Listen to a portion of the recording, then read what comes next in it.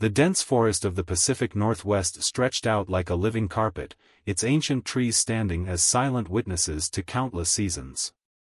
Liam trudged through the undergrowth, his hiking gear slightly muddy from the morning's light rain. He was a wilderness guide, someone who knew these woods better than most, but today felt different. Something in the air seemed charged, almost electric. It started as a subtle vibration, so slight that Liam initially thought it was just the wind rustling through the massive cedar trees. But then the vibration intensified. The ground beneath his boots began to tremble, and the birds fell silent. No chirping, no rustling of wings. Complete, absolute silence. Liam had seen his share of strange phenomena in these woods. Geological shifts, rare weather patterns, unexpected animal behaviors. But this was something else entirely. The vibration became a low hum, a sound that seemed to resonate not just through the ground, but through his entire body. When the first glimpse of something metallic appeared between the trees, Liam thought he was hallucinating. A shimmer of silver, unlike anything he'd ever seen before. It wasn't like a military aircraft or a drone. This was something else, something that didn't follow any known rules of aerodynamics or engineering.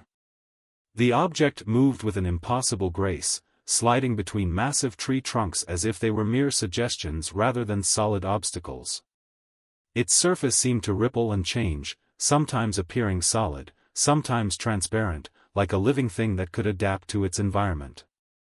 Liam's training kicked in.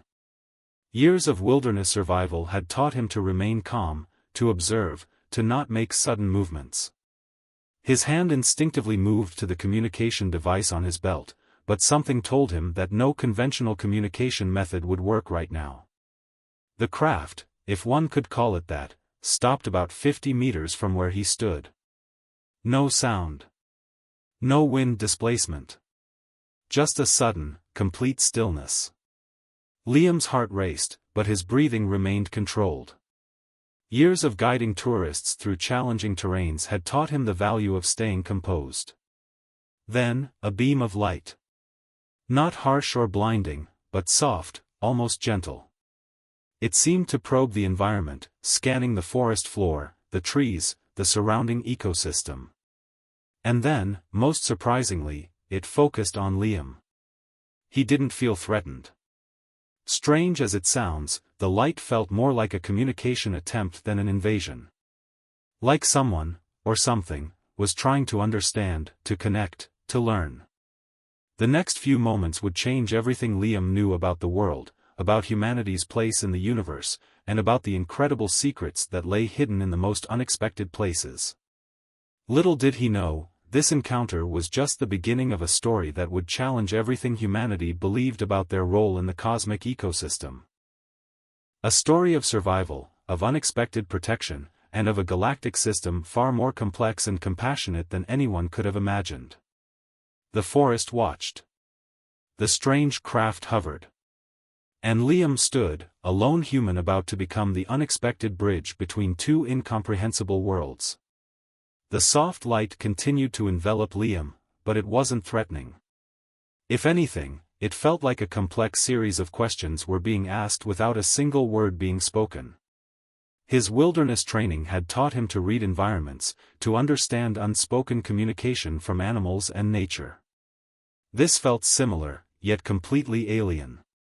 Slowly, patterns began to form within the light. Not random patterns, but something that seemed almost mathematical, intricate geometric shapes that shifted and transformed with a precision that defied human understanding. Each shape seemed to pulse with a soft luminescence, like living information trying to communicate. Liam's background wasn't in science or advanced technology. He was a wilderness guide who knew every trail in the Pacific Northwest, who could read animal tracks and predict weather patterns by the way leaves moved. But in this moment, he felt like a child encountering something far beyond his comprehension. The forest around him had gone completely still. No wind rustled the leaves. No distant bird calls broke the silence. Even the insects seemed to have paused, as if the entire ecosystem was holding its breath, waiting. Then, without warning, a holographic-like projection materialized in front of him. It wasn't like the special effects in movies, this was different.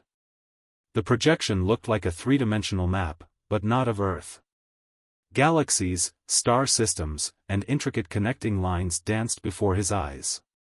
Some regions glowed with an intense blue, others with a deep red, and some with colors he couldn't even name. One particular region caught his attention. It seemed to be marked differently, almost like a warning zone, but not in a threatening way. More like a protected space. The projection zoomed into this region, and Liam could see what looked like planetary systems, each with its own unique characteristics. His mind raced. Was this some kind of advanced astronomical mapping? A message from something, or someone, trying to communicate? A sound emerged. Not from any direction he could pinpoint, but inside his mind. It wasn't words exactly, but impressions. Feelings. Concepts that seemed to bypass language entirely. Protection. Survival. Potential. Adaptation. These weren't just words. They were entire philosophies, complex ideas that seemed to carry millennia of understanding. Liam understood, without understanding how he understood, that he was experiencing something no human had likely ever encountered before. The projection began to change. Now it showed Earth, but not as a simple blue and green sphere. It was detailed, showing ecosystem complexity, geological movements, atmospheric compositions. But more than that, it showed something else. Areas of intense resilience. Regions where life had survived against impossible odds. Deathworlds. The term entered his consciousness like a whispered revelation. Planets so harsh, so challenging, that most life forms would never survive. And yet, here on Earth, life had not just survived, it had thrived, evolved, become incredibly adaptive. Liam realized he was witnessing something profound. This wasn't just a random encounter. This was a selection. A recognition. Something in the universe was studying Earth, studying humans, with an intensity and purpose he could barely comprehend. The light began to recede, but not before leaving behind a final impression. A sense that humanity was part of something much larger. A cosmic system of protection and potential that saw something unique in Earth's inhabitants.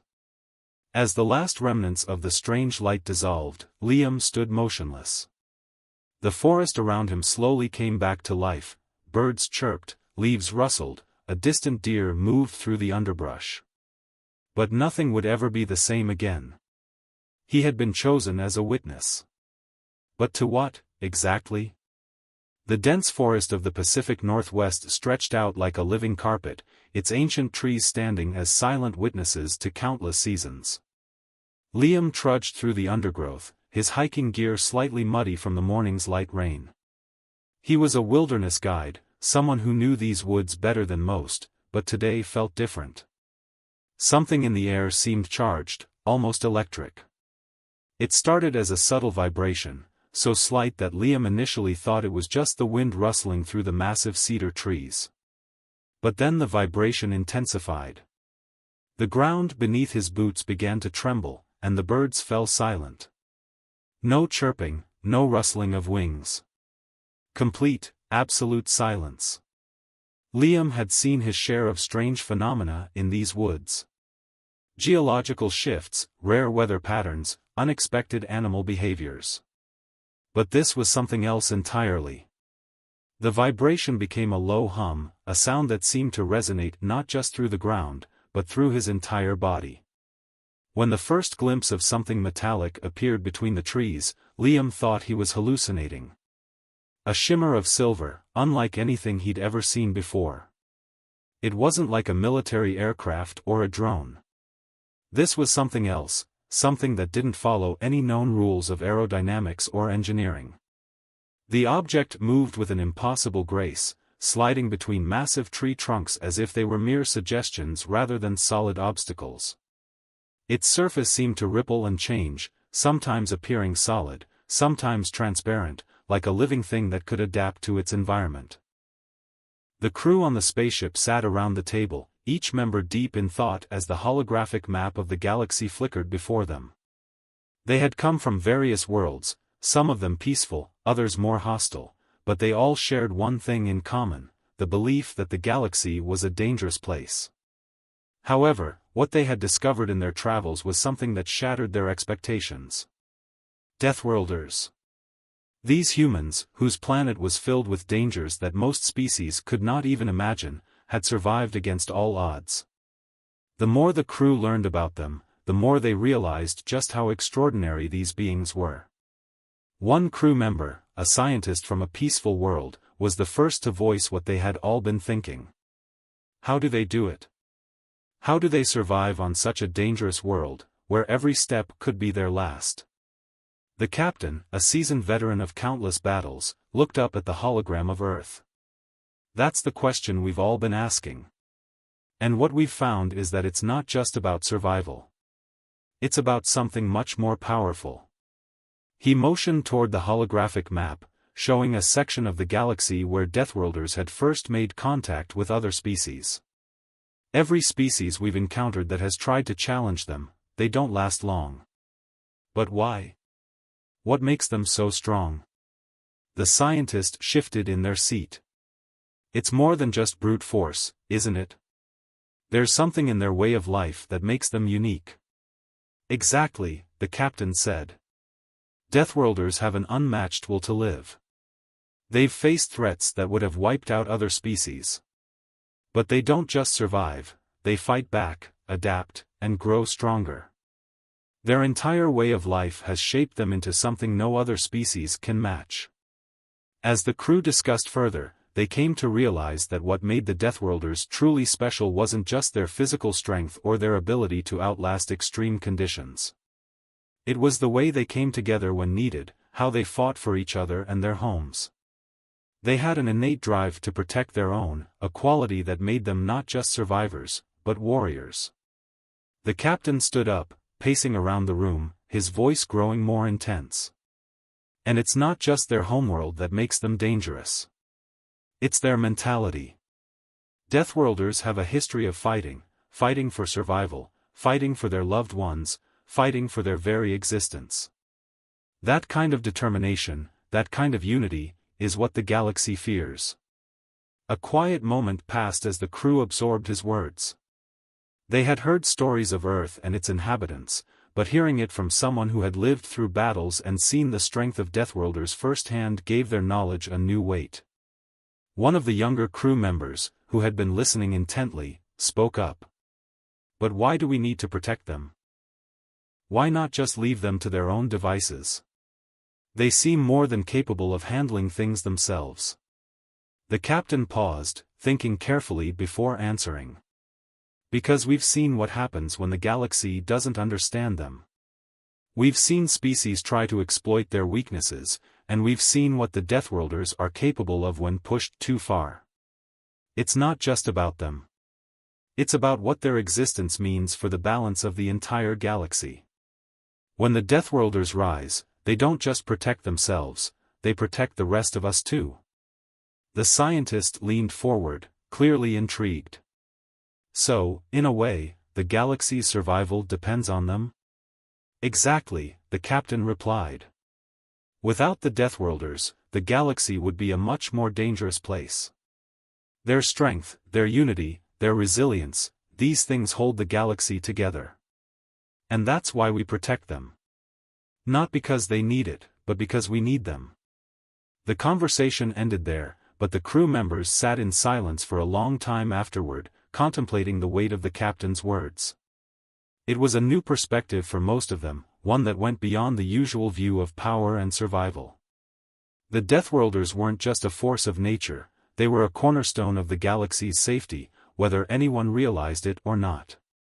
As the crew prepared for their next mission, the captain's words echoed in their minds. The galaxy had much to learn about the Deathworlders, but one thing was certain, their existence was a shield for the universe, a reminder that even in the face of unimaginable odds, life had a way of persevering. And that, perhaps, was the true untold truth of why the galaxy protected them. The next mission was set, and the crew found themselves orbiting a planet that had long been a source of tension. It was home to a powerful empire that had always viewed Deathworlders with disdain.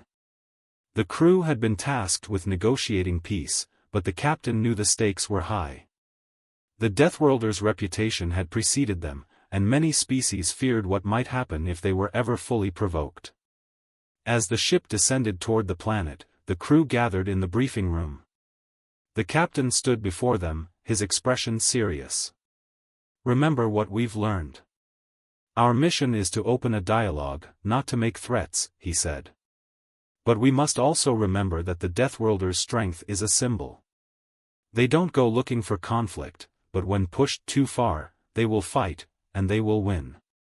It's crucial that we make the others understand that."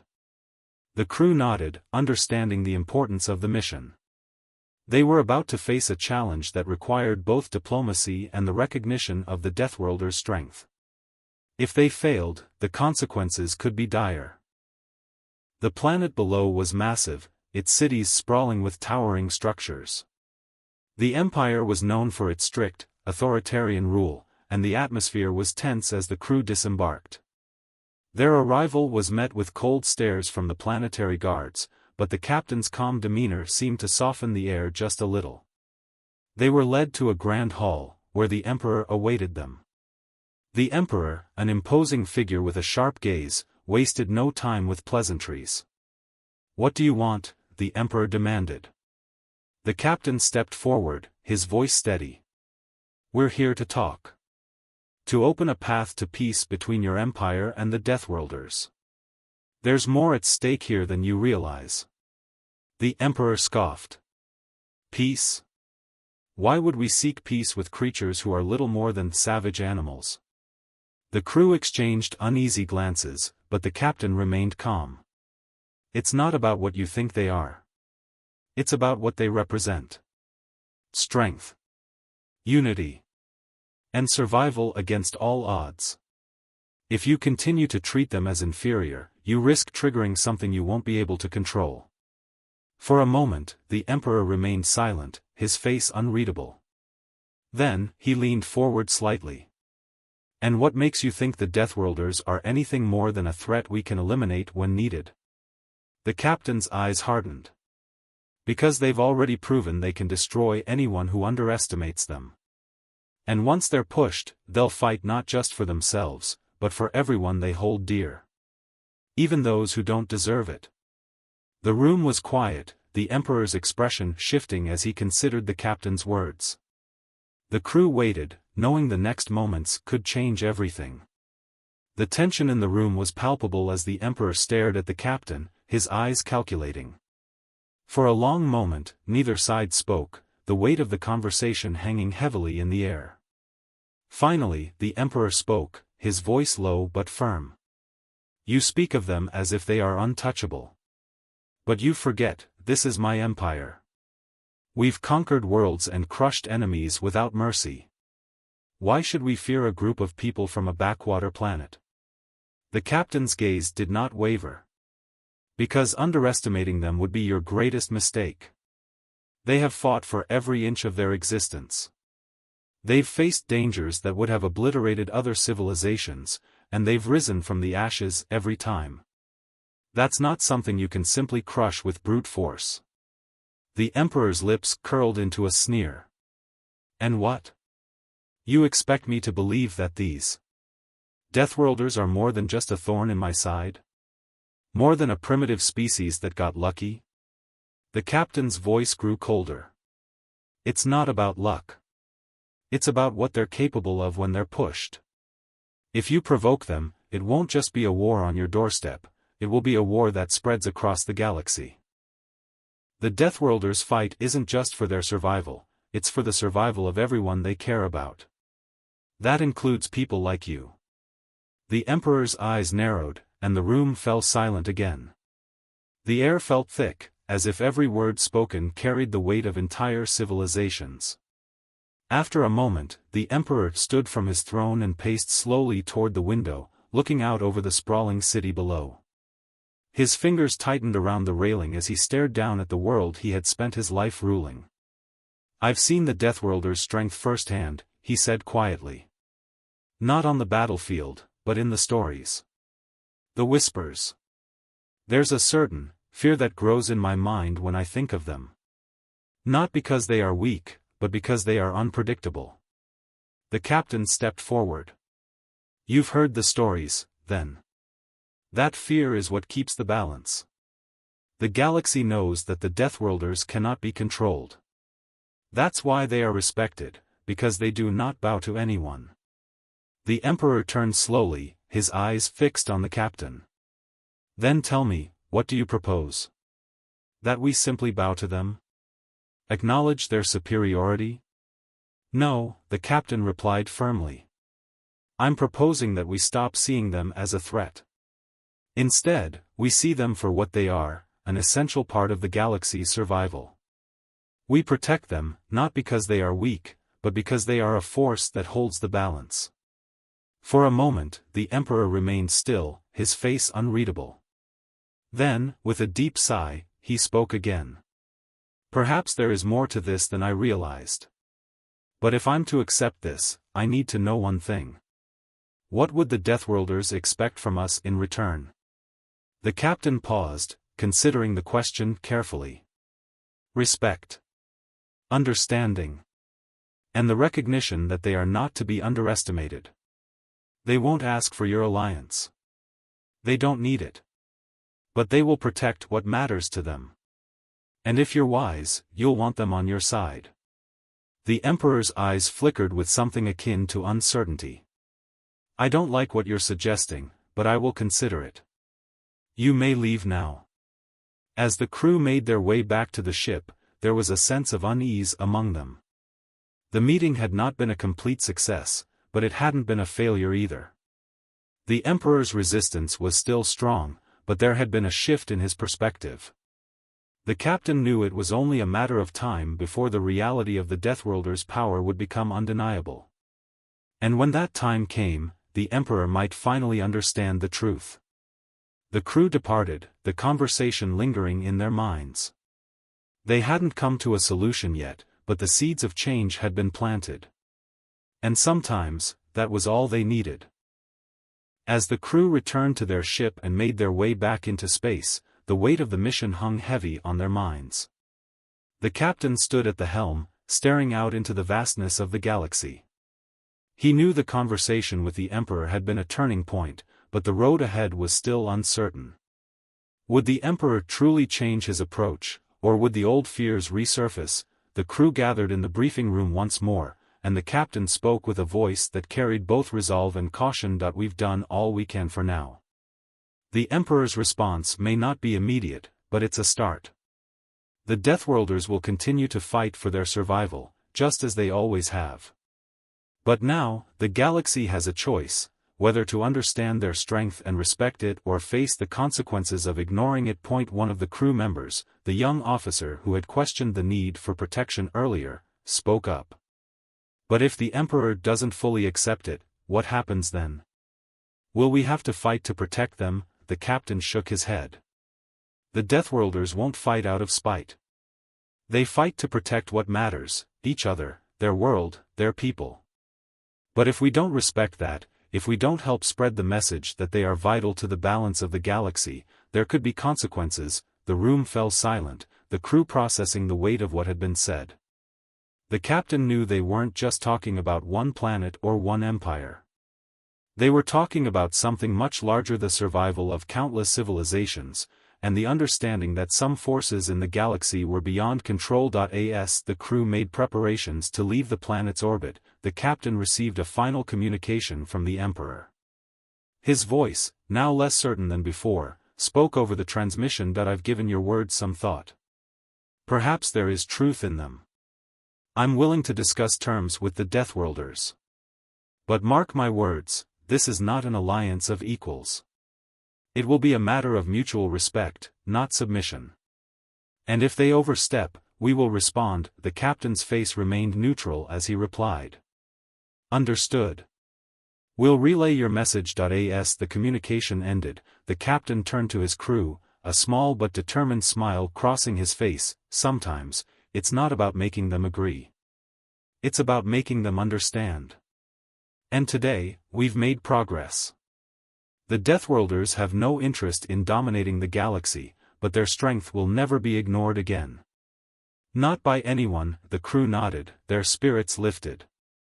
They had taken the first steps toward a new understanding, one where the Deathworlders would no longer be seen as mere survivors, but as a cornerstone of the galaxy's strength. And as the ship sailed into the stars, they knew they had played their part in shaping a future where respect and strength would go hand in hand. The galaxy was changing. And the Deathworlders were at the heart of that change, whether the universe ready for it or not.